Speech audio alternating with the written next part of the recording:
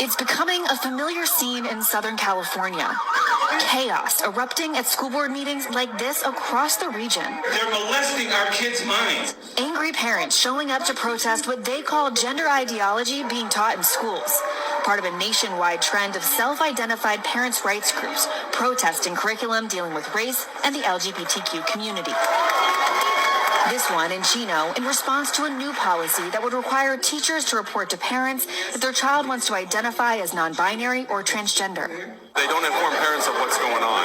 We're looking for the schools to open up and let parents know what's going on with their kids, with their gender identity, that type of stuff. Violence has broken out at 3 separate protests in and around Los Angeles, with Proud Boys, who the Southern Poverty Law Center has labeled as a hate group, or their affiliates appearing outside at least 3 meetings this summer. This may look like a grassroots movement, but there's a national conservative network fueling the fire, stoking fear in schools nationwide. We are searching. That's why we come in contact with national groups, because we've reached out. Hey, how do you do this? You seem to know. You seem to have experience with it. The proof is in the school boards. Remove yourself. Sonia Shaw is the newly elected school board president in Chino Unified School District. In the suburbs of Chino, Temecula, and Orange County, the boards have come to be dominated by conservatives like her, who have vowed to, as they put it, advocate for parental rights.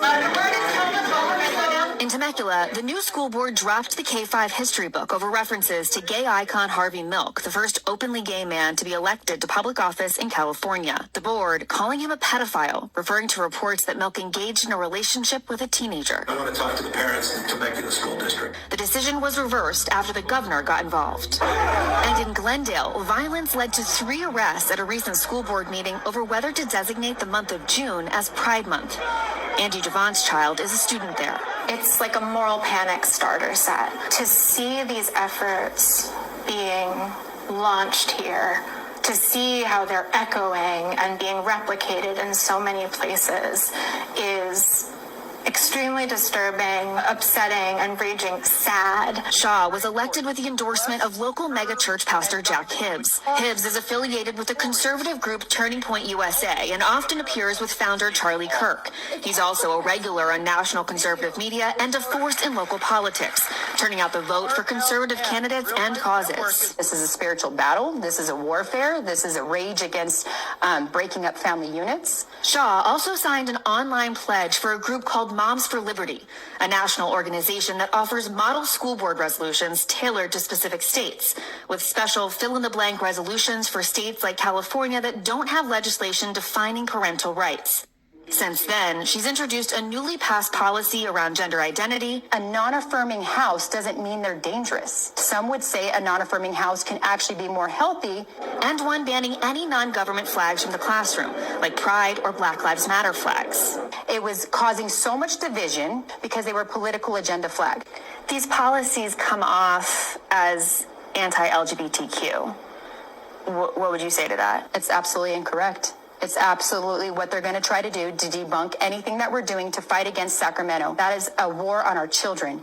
National groups like the Leadership Institute and Moms for Liberty hold trainings for parents and urge groups of activists to show up at school board meetings across the region and the country. I think there's a national effort to capitalize on fear and use that against parents. Christy Hurst is a mom of 3 students in the Chino School District and co-founder of Our Schools USA, which fights candidates she believes are too extreme. This is not an organic bottom-up movement, it's top-down. And they travel regionally and create chaos and they intimidate people at these school board meetings. I think that's also a tactic and it's purposeful to get community members deterred from showing up. Children across the country facing this kind of behavior from the adults in charge.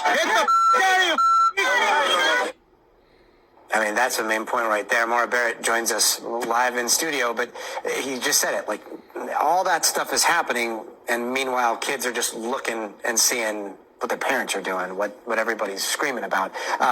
What else did you find? Well, we saw that the governor got involved, and the state is really going to be putting their full backing behind this. The state's attorney general just announced a civil rights investigation into the matter. He highlighted potential issues and infringements with students' privacy rights, as well as obstacles to their education. And so I think the broader theme that we're going to see in California and probably across other states is that they're really holding firm to the fact that they will challenge any discriminatory practices in schools. I hate to put you on the spot, but this is happening here in California. Do you see this spreading all throughout the country? Yeah, I really do think it's a story about this national political battle and what can work locally and how else these groups, these conservative groups, can harness that energy and bring it to other issues. But I do think in this trend that we're seeing right now, unfortunately, the kids are at the heart of it. Their education is being disrupted, and this particularly vulnerable population of LGBTQ youth are being isolated and targeted as well. And you need to remember that these kids in particular already have higher rates of depression, anxiety, suicidal thoughts. And so when you see these policies take hold in Southern California, and then at an even broader expanse, as these conservative groups take hold, they're being further isolated and put in a more dangerous position, Gadi. Thanks so much for your continuing coverage on all of this.